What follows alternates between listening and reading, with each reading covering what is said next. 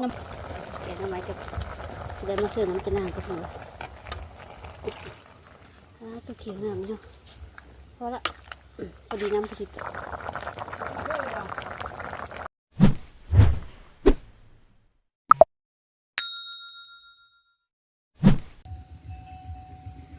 สบายดีและสวัสดีพ่อแม่พี่น้องเมื่อสุขสุขคนเด้อแล้วก็ทักทายสบายดียามเช้าพี่น้องตอนเช้ามื้อนี้กะคอยกะสิได้ออกมาอยู่หาอยู่หน้าคือเก่าพี่น้องนี่คอยกะสิได้ไปหาอยู่หากินก็ได้พี่น้องไปหาเลาะเบิ่งเห็ดขาวนะเพราะว่าเห็ดตามออกพี่น้องแต่ว่าคอยไปเลาะเบิ่งแล้วบ่มีนะเดี๋ยวสิได้ไปก่อนว่าหลายพี่น้องก่อนไปก็ขอขอบคุณขอบคุณในรายเด้อพ่อแม่พี่น้องที่เข้ามาเป็นกำลังใจกดไลค์กดแชร์พี่น้องแต่เนาะเพื่อเข้ามาเบิ่งใหม่ๆก็อย่าลืมกดไลค์กดแชร์พี่น้องแต่เด้อเพื่อได้มีกำลังใจสู้ๆต่อไปในพี่น้องเดี๋ยวพ่อก็สิได้ไปหาอยู่หากินก่อนหาเลาะเบิ่งเห็ดขาวมาแกงเสื้อหน่อไม้พี่น้องหน่อไม้กะเอามาตะบ้านนะมื้อนี้นะคะมาเอาหน่อไม้เลี้ยงน้องมา2 โลพี่น้องเดี๋ยวพ่อก็สิได้มาเอาเห็ดขาวก็พี่น้องเอาเห็ดขาวมาเสื้อแกงหน่อไม้นะโอ้เห็ดขาวก็งามปะทุกกำลังพอดีกินพี่น้อง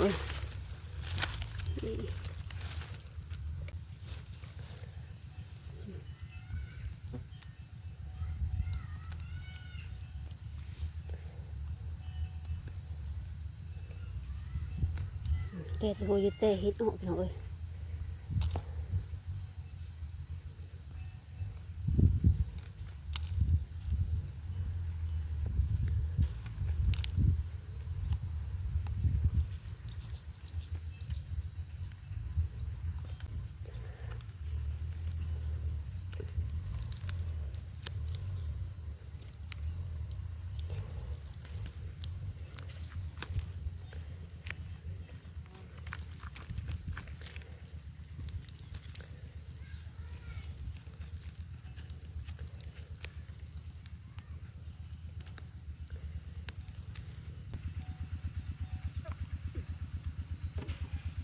ฮ้อนเด้พี่น้อง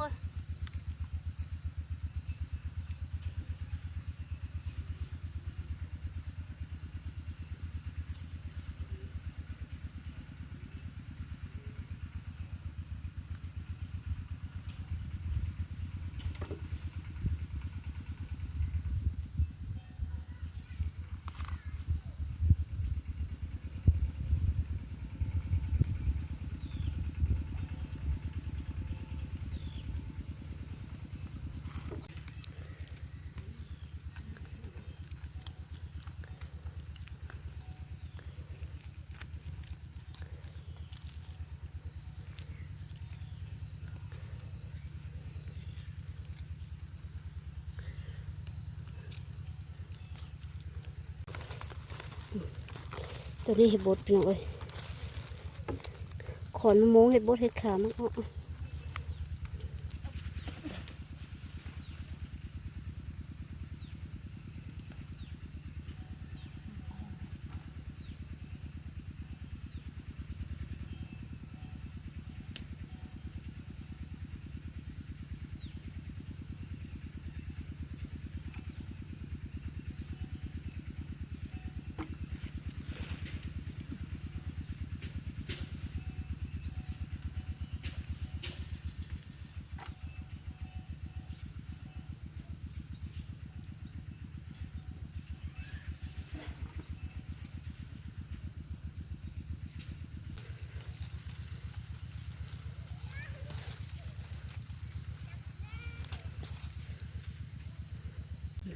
ตัวนี้กำลังออกพี่น้อง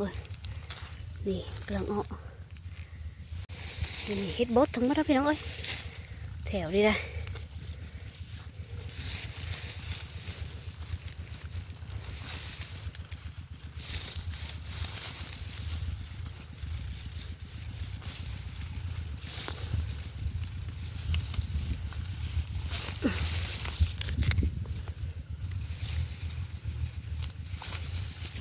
เนาะ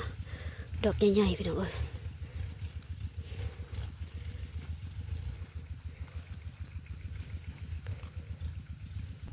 ทั้งเห็ดขาวทั้งเห็ดบดพี่น้องในหลายเติบพอแก่เลยค่ะเดี๋ยวพอก็จะได้หาใบหน่อไม้ก่อนหน่อไม้เอามาตะเฮินพี่น้องอั อันนี้เขาก็จะได้มาหาปิงป่าก็พี่น้องเอ้ยเพราะว่าป่าบ่เงินเพิ่นอันเสื้อมองเมื่อวานนี่พี่น้องเอ้ยเพราะว่าบ่เงินเพิ่นมาเกิดเป็นหนูแล้วได้เดี๋ยวเขาก็สิได้ปิงก่อน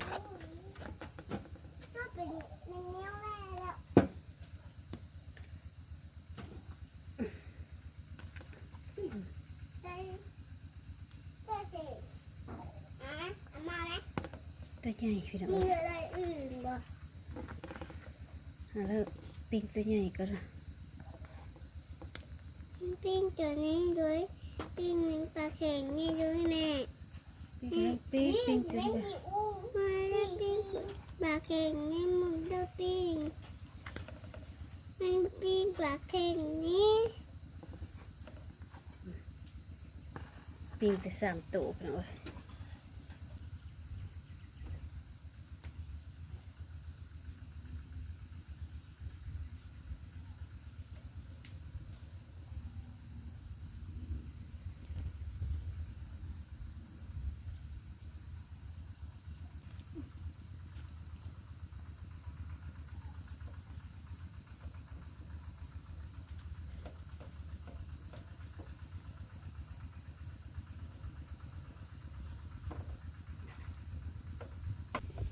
ปิงป่ากันได้ปิงแล้วพี่น้องเอ้ยได้4ปิงนะปิงปลาขาวละ3ปิงปลาเค็งปิง2ปิง1พี่น้องเอ้ยเดี๋ยวเขาก็จะได้เอาไปขางไผ่กับพี่น้องเอ้ยก่อไฟปิงป่าก็ได้ใจขนาดพี่น้องเอ้ยเหล็กสลานอยู่นะ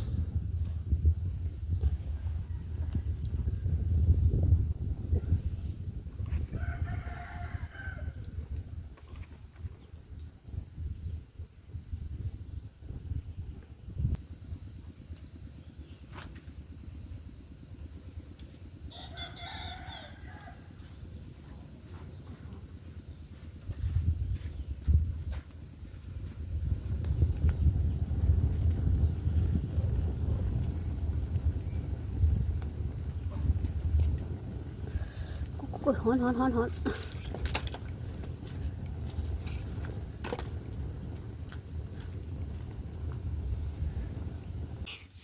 เสได็จมาเอาปิงป่าออกก่อนพี่น้องเอ้ย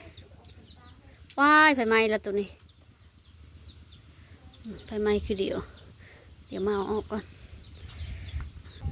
ฮ้อนขนาดพี่น้องเอ้ยแม่ส่งอ่านน้องไม่ได้ส่งอ่านใดๆอันแต่ว่า เดี๋ยวมาใบหน่อไม้ก่อนพี่น้องเอ้ยหน่อไม้กะเอามาตะเฮิน2 โลนะเพราะว่าหน่อไม้อยู่เฮินน่ะหลายพี่น้องเอ้ยเดี๋ยวนี้มันกำลังเงินส่งนะ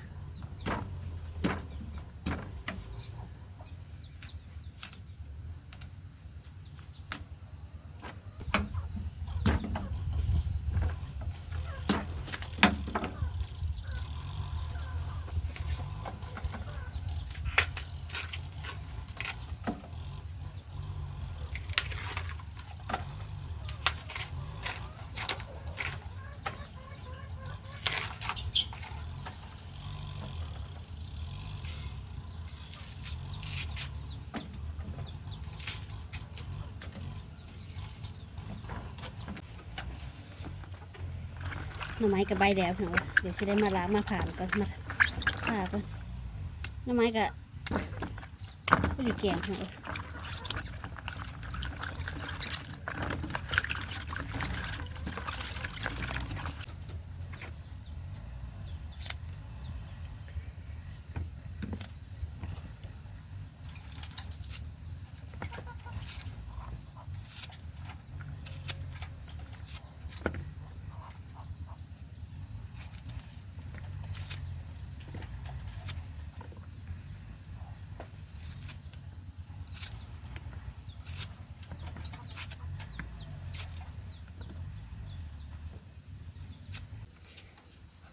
หน่อไม้ก็ได้ผ่าแล้วละเดี๋ยวจะได้เอาไปซื้อหม้อก่อน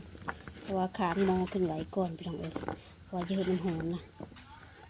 ได้หลายเติบได้พี่น้องเอ้ยหน่อไม้2 ลูกนึงก็หม้อก็พอดีพดเลยได้เดี๋ยวจะได้ทอดลูกก่อน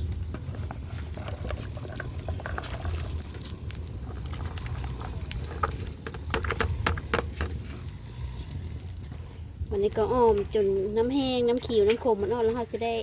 มาปรุงเย็นน้ำพี่น้องเอาเนี่ยว่าหน่อไม้ถ้าเขามีเย็นน้ำมันขิวไล่พี่น้องมันแบบแซ่บเวลาเขาแกงกัน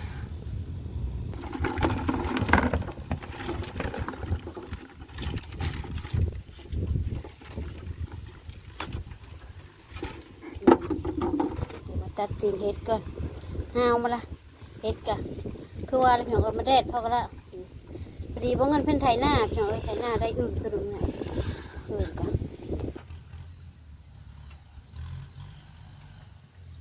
ตัดตีนเฮ็ดตีนเฮ็ด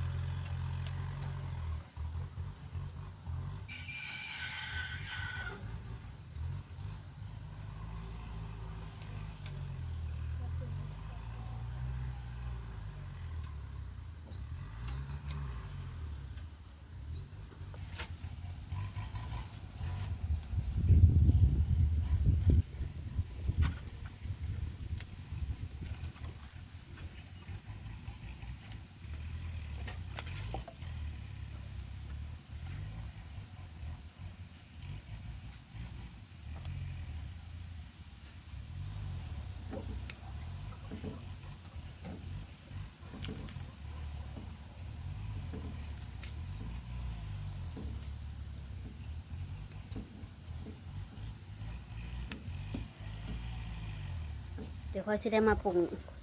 กินน้ำก็พี่น้องจืดแล้วแต่ว่าน้ำเหลืองๆนะเฮ็ดก็ได้ล้างแล้วได้พี่น้องเดี๋ยวค่อยก็สิได้มาซื้อหม้อก่อนมาฟิตกับเสื้อแล้วล่ะนางหมูพี่น้องมันมีสีเสื้อหนังมันเฮ็ดอันนี้ก็ตัวเต็มหม้อเลยบัดนี้เสื้อเกือบเป็นโน่เสื้อสีลายๆนะพอได้มันแซ่บมันโน่พี่น้องเป็นโน่บัดนี้จ้ะมีของเงือเลย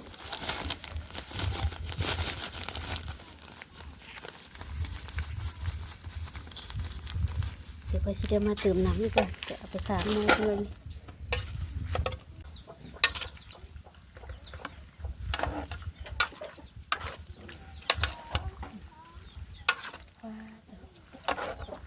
หน่อไม้เนี่ยไม่ได้หลายได้พี่น้องแต่ว่าเฮ็ดหลายกว่าเฮ็ดกระโทนเฮ็ดขาวเฮ็ดนะ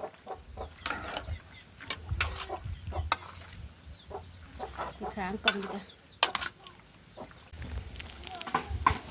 เติมน้ำตาลลงสักหน่อยก็วันนี้ละเดี๋ยวสิได้เฮือนบ่เพิ่นเพิ่นตำจะนานเพิ่นหน่อยก็ยังไปยังมาล่ะค่ะแข้งขัดขาล่ะ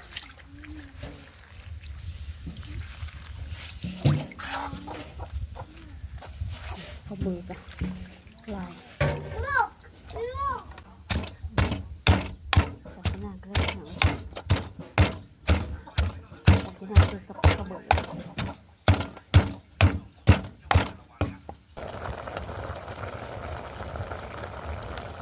แกงทำไมกับจะได้มาเสิร์ฟน้ำจะนางก็พอตัวเขียวน้ำเนาะพอละพอดีน้ำพอดีก่อนทั้งนี้เสื้อลายกับน้ำทั้งหมดเดี๋ยวจะได้เอาปลาแดกกับปลาคามาเสิร์ฟหน่อยนี่เป็นสัญญาณนะ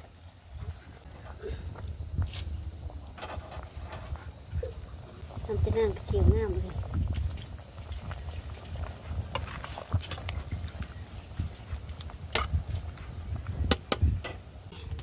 เดี๋ยวค่อยสิได้เฮอว่าเงินเป็นเสิร์ฟประเดะก็เป็นแกงหน่อไม้ขาดบ่ได้คือประเดะนะเพราะละเสื้อลายได้แล้วพอดีเสื้อลายยังมันเหม็นประเดะ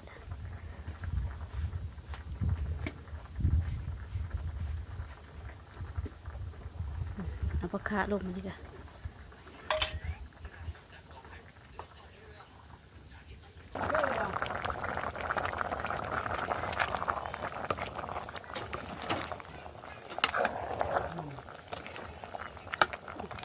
เสื้อขาเลยเป็นหอมตรวจ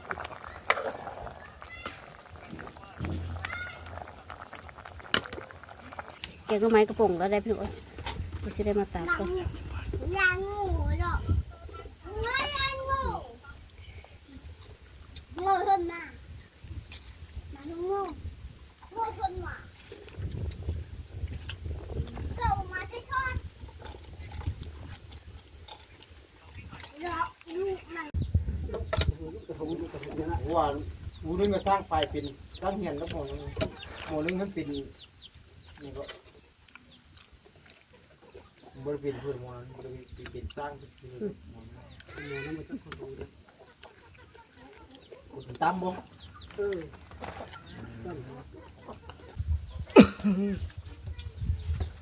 ของสารบอก3 วันสบาย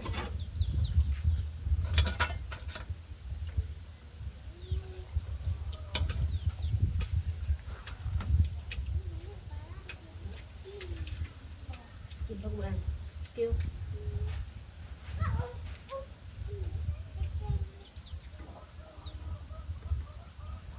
เส้นบะหมี่